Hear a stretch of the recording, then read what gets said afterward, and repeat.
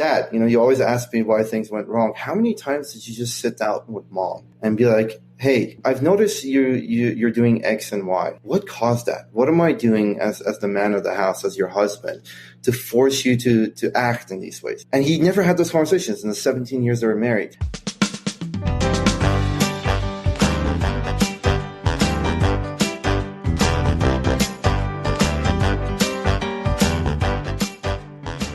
Welcome to the Nouveau podcast, the podcast that models healthy communication for men, empowering them to start the journey of self-work. Now here's your host, Thomas Pierce.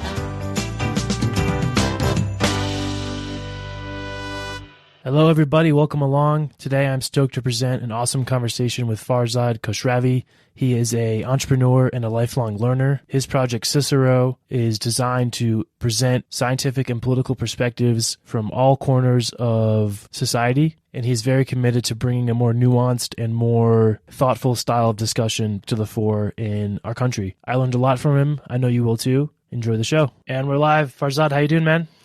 I'm doing great. It's a nice sunny day in Denver. Keeps me happy. That's all I need. All right, man, dude. Well, thank you for being here and taking the time. For our guest, who is Farzad and how did you come to where you are today? Yeah. So my family immigrated to the U.S. from the Middle East right after 9/11. We were supposed to come in 2002, but we came in 2001. I remember distinctly, like seeing 9/11 happen on TV. My family from the U.S. was there, and we were like, "Oh no!" Like everyone knew what was going on. So we were like, "We got to get out as soon as possible." So it came to the U.S. and like any logical immigrant would, we immigrated to Kentucky for some reason. And that's where I grew up, in Louisville, Kentucky, until I was 18. And, growing up, I wasn't a big fan because if you don't have a car, you can't do much. But once you get a car, the world opens up to you. But I'd always been like a world citizen, so I knew like what my friends in Europe could do. They start drinking at 16, going out, they could walk places. I was like, ooh, that's kind of the lifestyle I want. So 18, went to college in upstate New York. Very different culture from where I came from. I came, in Kentucky, immigrant family. Most of my friends, the school I went to, all working class. People were maybe lower middle class, very few upper middle class. I was lucky to be friends with a couple of wealthy friends who gave me kind of a taste of that lifestyle. But then you go to the Northeast, and I went to a school called Hamilton College, where the students, all their parents are lawyers, and they're consultants, and they're investment bankers, and they all come from New York City and New Jersey, and it's a totally different culture and so alien to me. And yeah, that was like a culture shock and my first introduction to like a whole different world in the United States and what it means to be American sometimes, because that was different than what we had in Kentucky. And then now I'm in Denver, Colorado, and I've been working at startups, and I founded my own companies and just been working in software for my entire career, and that's where my passion is.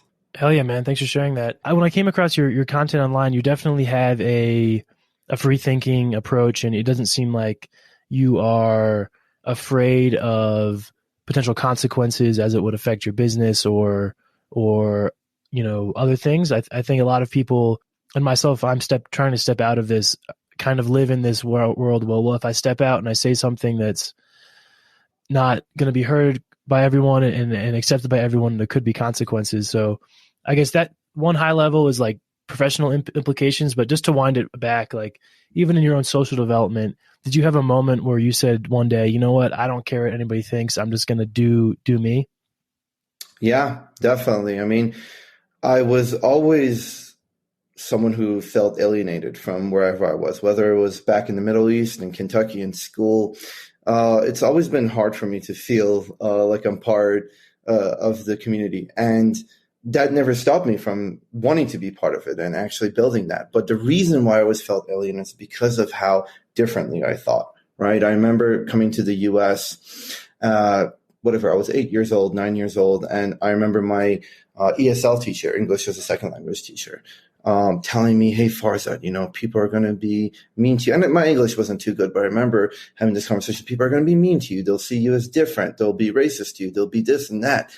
And I remember that colored the way I saw and I interacted with students and my fellow human beings in my community for the next couple of years, where anytime anything would happen, anytime anything would go wrong, it was really hard to see it anything other than they're being mean to me because I'm different. They're being mean to me because I talk different, I look different, I feel different, rather than maybe I'm just being an asshole. Maybe I'm being mean. Maybe I'm doing weird things. And what that led to was a lack of introspection, right? A lack of, I mean, when you're in that age, your community, your peers, we're all trying to error correct, right? We all have behaviors that teachers don't like. We all have behaviors our parents don't like. We all have behaviors our peers don't like. And we're all trying to error correct and fix those behaviors so we can fit into a cohesive community and not have conflict.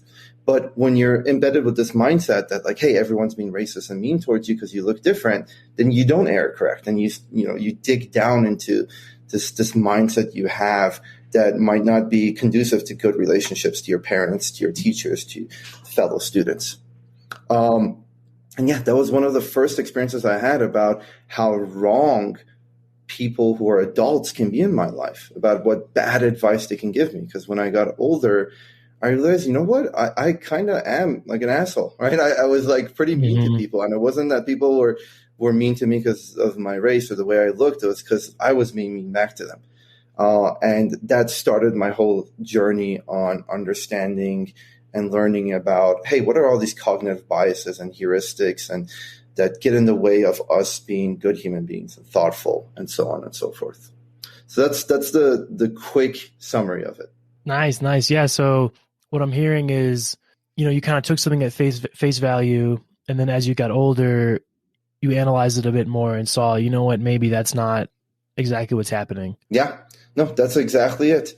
And that the advice that I was given by adults, right, they framed the world in a specific way to me, right? That, hey, people are going to be mean to you, people are going to do this and that. And it colored everything and the way I interacted with my peers. And as soon as I got out of that mindset, right, as soon as I realized, you know what, like, what am I talking about? 30% of my school is Black, 15% is Latino. Actually, whites were in the minority where I went to high school and middle school. Obviously, it just can't be the way. And most people actually at that time used to, by the time I was 14, 15, most people, unless I told them my name, would think I'm white or I was born here because I didn't have really an accent or I looked pretty normal. So I couldn't keep making that excuse that, oh, people are just being mean to me because I look different and I talk different. It didn't make sense. And it fit with the It sounds like it was kind of tied in with the coming of age, accepting responsibility and self-accountability a little bit. Yeah. And I was super lucky that at that time I discovered the beauty of science, right? I came across the scientific way of thinking, and I realized that it's more than this body of knowledge, that it really is a way of thinking and a way of interrogating the truth out of the world. But that was all pure luck, right? And I was very fortunate that I got that. Well, I mean, I guess along the same lines, like, give yourself credit for prioritizing it and incorporating it into your, your lifestyle, right? Yeah, I agree. But I think it's just, we live in a world where our institutions and our people still act like we don't have unlimited access to the most valuable knowledge in human history, right? Like, on your phone, you have more knowledge than any of the greatest emperors of Rome could have wished to get out of the Library of Alexandria, right? You have more insight, more mentorship, more access to smart people than Napoleon or Alexander the Great would have ever had, right? Socrates or was it Aristotle that Alexander had? Nothing compared to what we have now on your phone. Yet we act like this doesn't exist, right? We still act like you have to go to these institutions that have been there, these universities and these schools to teach you these things. And then these schools don't even focus on like the critical thinking things that 2,500 years ago were being taught to Alexander. And instead you're forced to memorize facts and learn how to write 500-word essays rather than the Socratic method, rather than learning about the allegory of the cave, of how blind you can be to the world around you. And it's very disappointing. And again, I think I was very lucky to discover those things. But my goal in life is to bring that to more people. Beautiful, man. So to bring it to someone who's potentially listening who has never really questioned or stepped outside of the framework they were given, how would you recommend they approach that and set up their own parameter of seeing the world if they've never attempted it? Yeah. I think it's a nuanced thing, right? I don't think it's the same way for everyone, and it goes the same way for everyone. And we all have to discover it in our own way. But the methods that worked for me, I was very lucky to discover the philosopher that influenced me the most. He's a scientist, Carl Sagan. And reading the book Demon Haunted World, I think that book, Demon Haunted World, it helps you get the toolkit you need to question and interrogate the world around you, whether it's your own thoughts or the thoughts of others. But at the same time, another thing that's worked for me and a lot of people I've talked to is first principle thinking. Starting from a place like, okay, I think the world is unfair, right? So I think the world is unfair. Why do I think it's unfair? Because of X, Y, and Z reason. How do I know X reason is true? Because of, A, B, C. And just going down that path and really, again, questioning yourself in that Socratic method. I think our culture, some parts of our culture in the U.S. really loves the idea of, okay, we're going to, everyone's entitled to their own belief and everyone, has reasons for the things they believe. But what I found is that if you're a smart person, if you're a thoughtful person, you can come up with a lot of really good reasons to believe really stupid things, right? I've done it. I've believed the dumbest conspiracies. I used to be like a huge conspiracy theorist. I've seen it. But if you go with the mindset of like, oh, you need evidence and you need reasons, then you start finding all this evidence. Selection bias is a very real thing. It's a strong thing. And you start believing these crazy things. And I think not enough of us engage in questioning, of like critically questioning our thoughts and beliefs. And instead we're too on the side of, let me look for reasons to justify my beliefs. Totally. Yeah. For me, I went to a Jesuit high school, and the Jesuits, the history, they started, interestingly, in the Counter-Reformation. They were kind of like the cavalry to try to bring Christianity back, but they've evolved and actually become some of the most liberal and free-thinking of all the Christian institutions. But yeah, they're all about questioning everything and kind of not accepting things at face value. This is a good segue into the predominant political discourse in the country. And just to lay my cards on the table, essentially, when I look at my life, there's no way I can say every opportunity that has been afforded me is only because of my skills, accomplishments, and work ethic. And for me, it's almost a sense of responsibility to do something about it and use my platform to promote these discussions. But I am also very aware of how I can have blinders on that, and how it's not a cure-all just to say, white people are X. You know what I mean? Like it's more nuanced than that. But yeah, I guess that's kind of where I'm coming from, is like, I want to have conversations and bring it to people like myself who have never thought about it. But I also understand that an extremely PC environment is restrictive in some ways too. Yeah, it definitely is. I mean, you think about me, I came to this country, I grew up in Iran.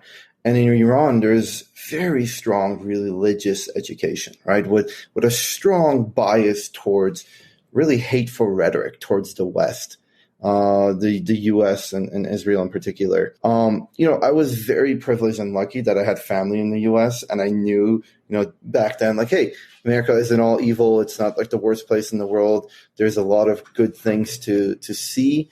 But at the same time, that education and that strong rhetoric affected me to the point that I was scared to come to the U.S., right? And I thought of a lot of Americans as these like evil people. But that's the danger of living in a world where we constantly are trying to provide a safe space for people, right? Because in 2001, we didn't really have that. So I was able to beat that mindset pretty quickly, whether, I was pretty young, but, whether it was the internet, it was my peers or whatever it was, I was able to quickly learn like, oh, actually, like everyone around me is another human just like me, and they want to love and they want to be loved and they have families. They're not these evil cartoon characters that were painted to me. But what I fear is that, others my age who are coming to the US, who are immigrating to England, to Germany, where I have family, we're all noticing the same thing, which is like a lot of these kids are very alienated from the community. They don't feel German. They don't feel English. They don't feel American. And that to me is a huge shame, because I'm on the other side of that. And I see the happiness and the beauty that comes from that, about forming bonds with people all around the world, no matter what their culture is, rather than holding on to that, Islamic ideology I had, where I was very hateful towards a lot of things. Absolutely. I mean, especially in the EU, 2015 mass migration, and there was so much pushback, right? And Merkel's decision to allow that mass migration is complicated, right? I feel like the prevailing read on it then was that it was almost a obligation she or the German nation felt for what happened with the National Socialists, and they felt like it was the right thing to do. But yeah, what do you think about that, man? You probably have a very interesting perspective on that big year in 2015. Yeah, I think we in the West have a duty to bring the same type of opportunities and same type of safety to as many people as possible, right? That's my goal in life, definitely. But at the same time, I had family in Germany who said, hey, Farzad, these people who are coming over, they don't really want to be German, right? They want to get away from the pain and suffering that they're experiencing. And it makes me question, I remember when the Iraq War happened, and I was hugely against it. Even though I was 14 or 12 or so, I was still very politically active. And I hated the neoconservatives. But as I've gotten older, I've realized I feel this sense of duty to the rest of the world, that I was so lucky to be brought to the US and to have the life that I have. And I see so many of suffering around the world. And is the answer what the neocons did? Definitely not, right? It hasn't worked out. Look at the failure of Afghanistan and Iraq. But is the answer to just take our eyes off the rest of the world and be happy in our excess and our hedonistic ways of life? I don't think so either. I think we have to find effective ways of helping people. And one of the best movements I found is the effective altruist movements, where it's a philosophy of what is the most good I can do with each dollar that I spend. And generally that philosophy is erring on the side of, hey, let's spend our money to prevent deaths, whether it's from malaria, gonorrhea, or whatever it may be. Let's ensure that kids can live to be healthy adults, so that maybe these healthy adults can make a difference in their communities. I think we need to do more of those things. And I think we need to bring more of that to the rest of the world, rather than exporting a lot of hedonism. Go buy a Lamborghini, go buy a $10 million house. Those are very temporary ways of gaining happiness. I don't think anyone wants that on their tombstone. For sure, man. You can't take it with you. And I guess the counter argument is you can't give it to your kids, but it's it's complicated. Yeah. Yeah, effective altruism is really interesting, right? It's in this kind of outcropping of the new era of social sciences and behavioral economics. And I heard you talk a little bit about heuristics and shortcuts that are fallacies. For the folks out there who have never familiarized themselves with the likes of Kahneman and Dan Ariely, could you give us a little rundown on what that is? Yeah. It basically comes down to the fact that we're all monkeys, right? We're an evolutionary machine with these genes whose only goals was to make sure that they live on and pass on to the next generation. Nothing in our DNA, nothing in our nature was made to make us feel good or be smart. All of that came as a side effect of our genes being able to pass. And as a result of that, we have a lot of evolutionary baggage. And that evolutionary baggage you see every single day, whether it's when you're in your car and you're driving and someone cuts you off and you honk at them and you get really angry, but then 10 minutes later you do that to someone else, but you excuse it and you're like, oh, I'm really late. It's okay that I did that, right? That's classic biased behavior there. Or when it's how I was back 15 years ago, where I was like, hey, I'm part of this tribe, which is I'm a Middle Easterner and I'm a Muslim, and everyone outside that tribe is the enemy and they're bad and everything they do is wrong. That's the evolutionary baggage we have. And the whole goal of the rationality movement and what wonderful people like Kahneman and Ariely are doing is to help us recognize these faults in ourselves. And as we recognize them, the research shows we become more inoculated towards these mental parasites that get in the way of our thinking. For sure. Yeah. I studied organizational sciences was my degree, which is, really cool, man. Totally exposing to these ideas. And I want to have one of my professors on. He's studied with Ariely, and he's a really cool guy. That's amazing. Yeah. Organizational sciences and organizational psychology is definitely one of my favorite fields. I mean, Adam Grant and the work he's doing, and many others, incredible. I mean, once we release Cicero, I think most of the work I'm going to feature is going to be around organizational psychology. Awesome, man. So yeah, that's a great transition. Tell us a little bit about Cicero. I was getting pretty stoked reading about it. Yeah. So it came from the past year, and more so the past 4 years. We've seen this for a long time. The polarization of America. I've studied political science. We saw the research. I looked at the research. I did the research of how more and more Americans are marrying fewer people of different religions, fewer people on different political sides of themselves. Though, racially things are still looking good and going up. When it comes to politics, people are getting more and more divided. You ask people, hey, do you have friends that are liberal and they're conservative? And they're like, no. More people say that than ever before. And the consequences of that we see happen in the past 4 years, and definitely last year, where the Trump presidency and both sides of the aisle becoming much more violent and antagonistic towards each other. But growing up in Kentucky, obviously I had a lot of friends who are conservatives, and my family, believe it or not, even though they're all immigrants, they all were Trump voters, which is really funny if you think about it.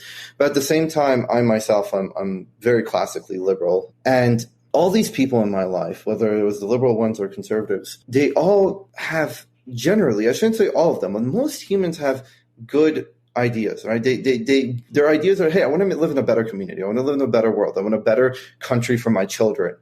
I don't think most people are evil and psychopaths. And they're like, oh, I hate, I want to cause pain and suffering. Obviously, those exist.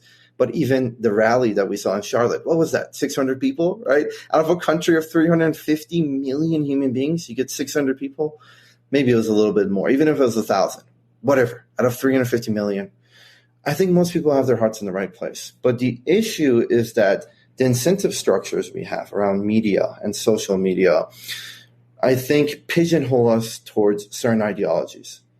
It's not that by human nature. I don't think Einstein came out and said, oh, there's a law of nature and here's this equation that everyone is a tribalistic and everyone's this like monkey who's, can't think or can't be thoughtful about the way they interact with others. I don't think that's law of nature. And I think that's a very cynical view of humans. And I think the right view of humans is that most of us are malleable. Most of us care. Most of us want to be different. So our current structures don't let that. Fox News, CNN, whatever you think about, or Twitter or Facebook, all put us into bubbles. But at the same time, I think most people don't really want that. They're just forced into that by the incentive structures around them. So the whole point of Cicero, which I'm working on, is that there's all these people doing amazing research and amazing work on various topics. And let's say just last year about race, you have incredible people like Cornel West and John McWhorter and Glenn Lowry who've been talking about race, writing about race for decades, right? These are people in their 60s and 70s. Yet the media chose to focus on these books and thinkers that are not nuanced, that paint a black and white version of the world, like, white fragility. And seeing that bothered me a lot because I was surrounded by people who really care about race, like I do. But the way they were handling wasn't to go to, hey, who are the most thoughtful black intellectuals writing about this in nuanced ways? It was, let me go to this like white woman who's a consultant who gives a very unnuanced perspective of the world that most black intellectuals disagree with. And that's the world I'm trying to prevent with Cicero. So that when people want to know, hey, what are academics thinking about this? What are the scientists saying about this? They can go to Cicero and find out. And they'll get Cornel West rather than whoever the author of White Fragility was. Robin DiAngelo. Yeah, Robin. Yeah, it's hilarious that you use that example because my first guest recommended that book, and I am reading it. Yeah, I think it's interesting, man. I almost imagine that like the audience for White Fragility is one, white people, right? And two, white people who've never engaged with that kind of content and stepped outside of their own perspective. So like she has been in this space for a long time, and a lot of her examples, I would imagine, are personal experiences, right? Things she's witnessed with her own eyes and heard with her own ears. So although it is kind of dramatic, I think the problems that ensue when it's not discussed are also dramatic, right? So maybe it's an example of a drastic pendulum swing to counteract essentially undiscussed systemic prejudice, right? Yeah. No, I think most issues are very nuanced, right? And that's the thing that bothers me, is that what she writes in that book, there's a lot of good in there, right? But at the same time, there are other ways of looking at this problem, right? Like if you go to the exact opposite side, you have, the Black economist Thomas Sowell and his book, Discrimination and Disparities. Again, that's a book that I think in a lot of ways lacks nuance, like White Fragility does. But at the same time, I think we would live in a much better world, and we could come to a much better conclusion if we do get all sides of a perspective, rather than this black and white, unnuanced way of looking at the world, which I think leads to a lot of the issues that we see today. Just people don't question the fact that things are complicated and there's not easy answers. There's different perspectives. For sure. And no matter what I do or say, it's not up to me to change somebody else's opinion, right? It's more about presenting a perspective and having the conversation and kind of building that muscle of having difficult conversations. Yeah. Difficult conversations is something that, a subset of our culture, I think, is promoting, but at the same time, it seems to be more and more antagonistic, which I hope it's not that way, and I hope it doesn't continue that way. Yeah. So with the Cicero concept, is it the name Cicero? Where's the etymology of that name? Yeah. So Cicero was a statesman, philosopher, and an orator back in the late Roman Republic times, in times of Caesar.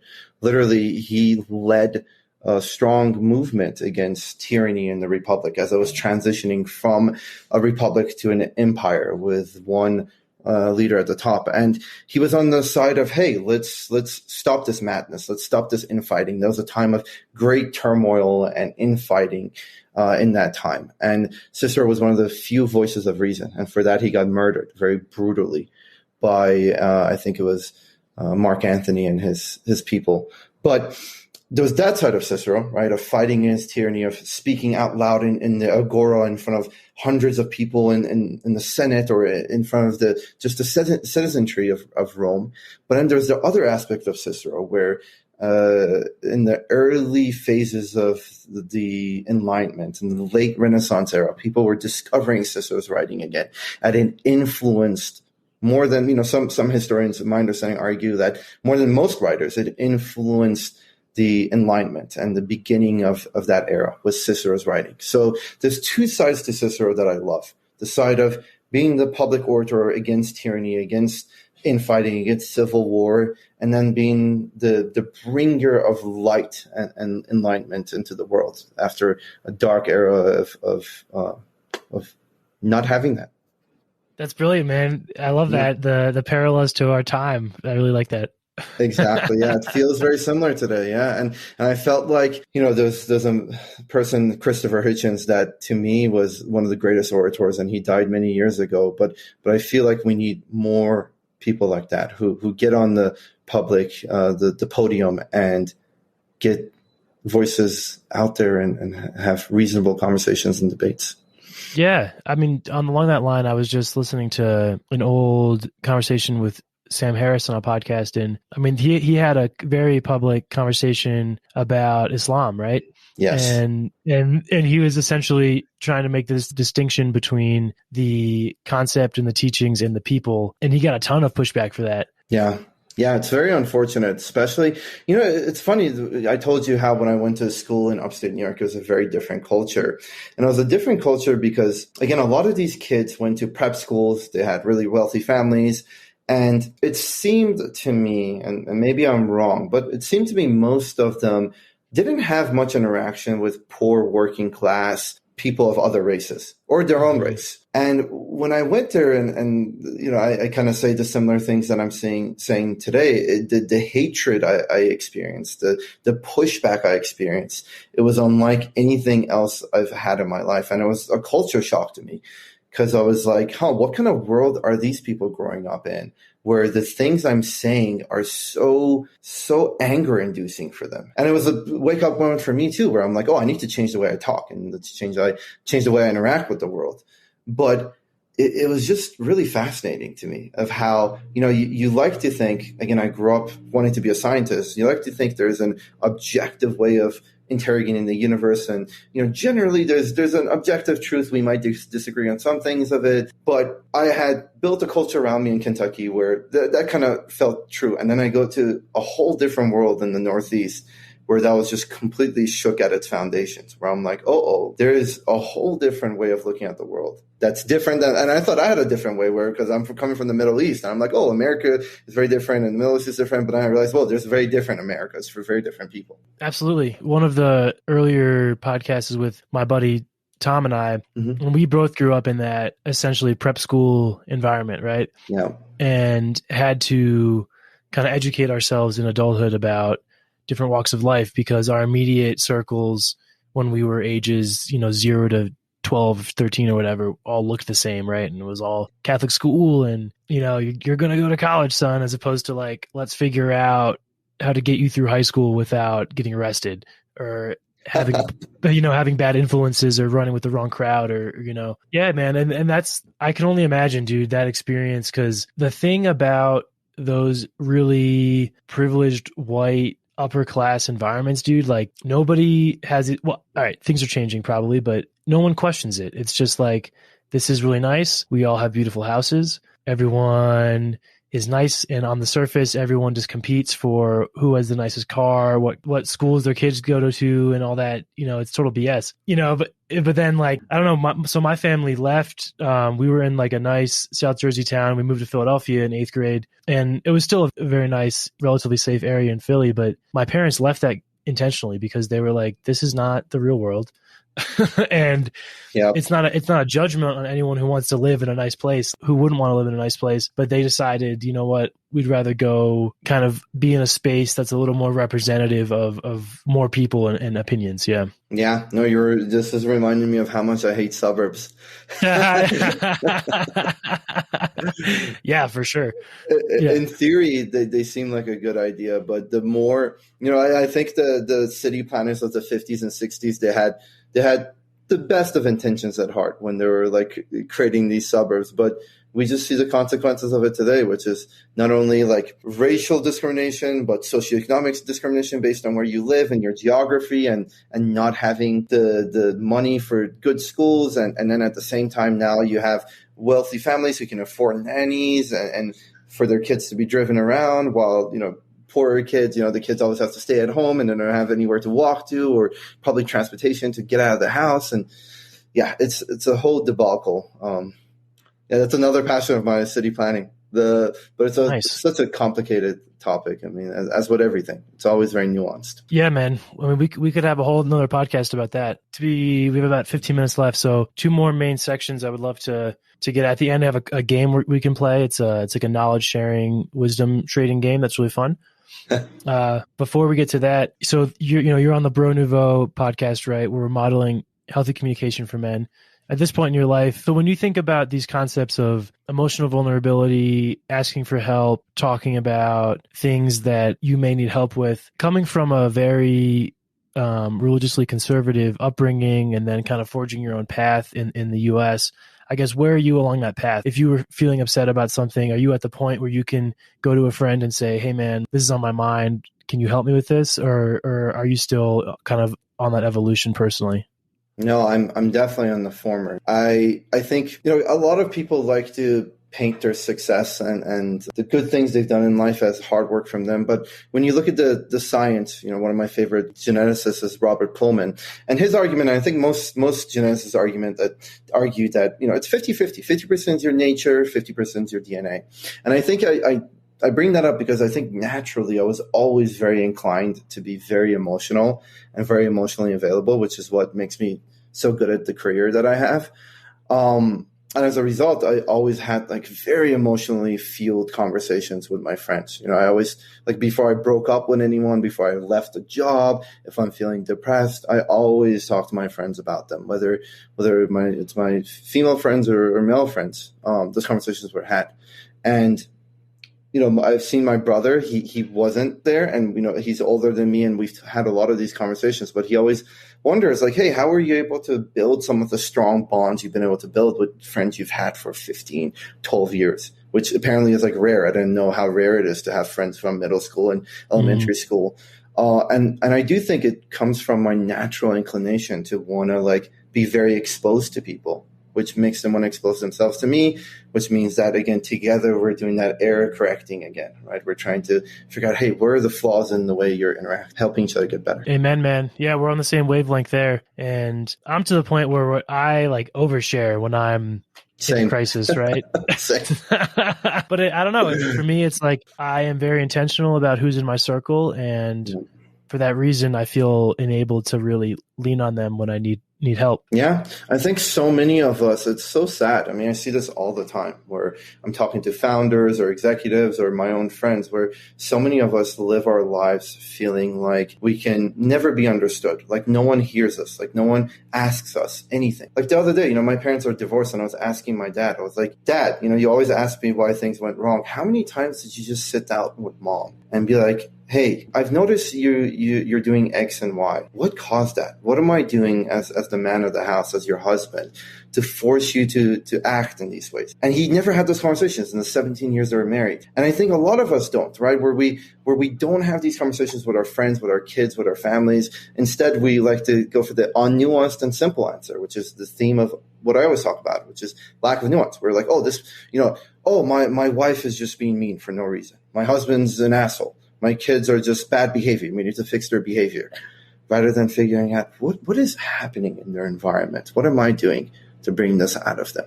And how can I address that? And I just wish I think if more people were understood and felt like they're heard, we'd live in a much better world. Amen, brother. Well, you're getting the message out. Thank you. Yeah. All right. Yeah, last section here. 3 things game. What month is your birthday in? November. Okay, so I'm up first because my birthday is closer. This game, 3 things. It'll be linked in the show notes. It's a prompt. It'll say, what are 3 things you have learned from X, Y, or Z? Mm-hmm. And then we give 1, 2, 3 as the structured answer. So my question, what are 3 things you have learned about gratitude? I think without gratitude, someone's not going to go very far without gratitude. Even if it's just lip service and just saying thank you and not even meaning it. Socially, there are certain calls and recalls that have to happen for a conversation to go well, and gratitude has to be part of it. 2, so authentic gratitude then is so powerful. And actually, we talk about sitting with bad feelings, but actually, when I have a moment where I am feeling extremely grateful and I sit in it and almost like soak in it like a hot tub, it's amazing, right? Because it can course correct, as you were saying, and kind of make the inconveniences and tragedies more bearable by reminding myself of how grateful and lucky I am. Thirdly, gratitude, I think it ties in a professional sense, networking, but in a more holistic sense, just like having a rich and fulfilled life. Being grateful, being genuinely grateful opens up more doors. And if someone shares with me and I am genuinely grateful and they can feel that, things click. More doors are opened and more opportunities come knocking. So it's a good thing to focus on. Yeah. Yeah, I completely agree with you. Hell yeah, man. Okay. And here's your question. So what are the things you've learned from making mistakes? Great. I think the first thing I've learned is that mistakes, though you should try to minimize them, they are a opportunity for growth. Like, this is the most generic thing any startup founder will ever tell you, but mistakes and failure are always an opportunity for growth. And people say this, but sometimes they mean it, sometimes they don't, because it is the right thing to say, and it's a nice thing to say that makes you look smart and thoughtful. But a lot of times, again, people fall into those heuristics and cognitive biases where they start blaming everything else but themselves, which goes into my second thing, which is, I think, the philosophy that was ingrained into me a couple of years ago by Jocko Willink and extreme ownership. It seems like there's some good research around it. Maybe the science will come out on the other end, but at least as a philosophy, the idea that whenever you make mistakes, always look for how you as a leader could have somehow prevented this. Blame yourself in a simple way, the nuanced way. So you blame yourself for everything so that you can start thinking about, hey, how could I have prevented this? And it really hit me when I was reading that book. I was supposed to go to a show with one of my best friends, and he was late to go with us, and I was supposed to drive us, and I got really pissed off at him. I was like, why are you late? I got really angry. And then I realized, like, wait a second, like, what if it's not his fault? Because I never sent him a message. I never reminded him. He was just my roommate, and I told him once. And at the end of the day, it was actually my fault, right? So this mistake became an opportunity to learn, like I said in the first part, but only if you're willing to take ownership of it. And then the third part of a mistake is that oversharing can be a problem, right? I came from a pedigree of, hey, let me always be honest. Honesty is key. I had read this book, Lying by Sam Harris, and I said, I never want to lie, and it's this horrible thing. But I found that you can't control how people interpret the things you say. You can try to phrase things in a way where they'll interpret it the way you want, but oversharing can really truly be a real thing. And when you're talking about your mistakes, it's great to talk about them. You should talk about them, but you should be careful with who you talk about and how you phrase it, because the way you phrase it can make it come very differently. 100%. I totally agreed, man. Yeah. Especially the oversharing. I think we have a lot of parallels, but that's one that I've had to learn. I still do it, dude. I still do it. I can't stop doing it. It's like a disease. I love it. I love sharing. Literally, that's like how my monkey, talk about the monkey brain. That's how I feel with that one. Dude, awesome. Farzad, thank you so much, man. Thanks for hopping on the show. And how can anybody out there who's interested in your content, your consultancy, where can they find you? Yeah, thanks, Thomas. So if you're a lifelong learner and you're curious and you want to get podcasts, lectures, videos, essays, blogs from the world's top thinkers in any field, then you want to go to cicero.ly. So that's CICERO.ly.